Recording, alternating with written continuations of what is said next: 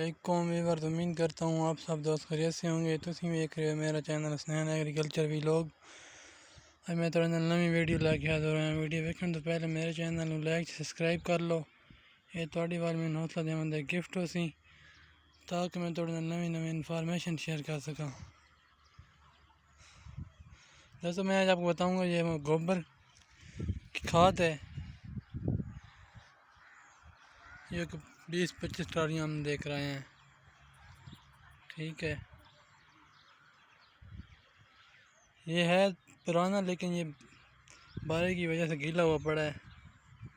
अब इसको हम सुखा कर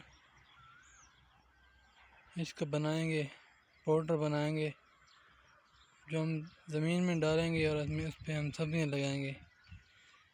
ये हमने सुखाने के लिए ज़मीन पर बिखेरा हुआ है, ये देख लें।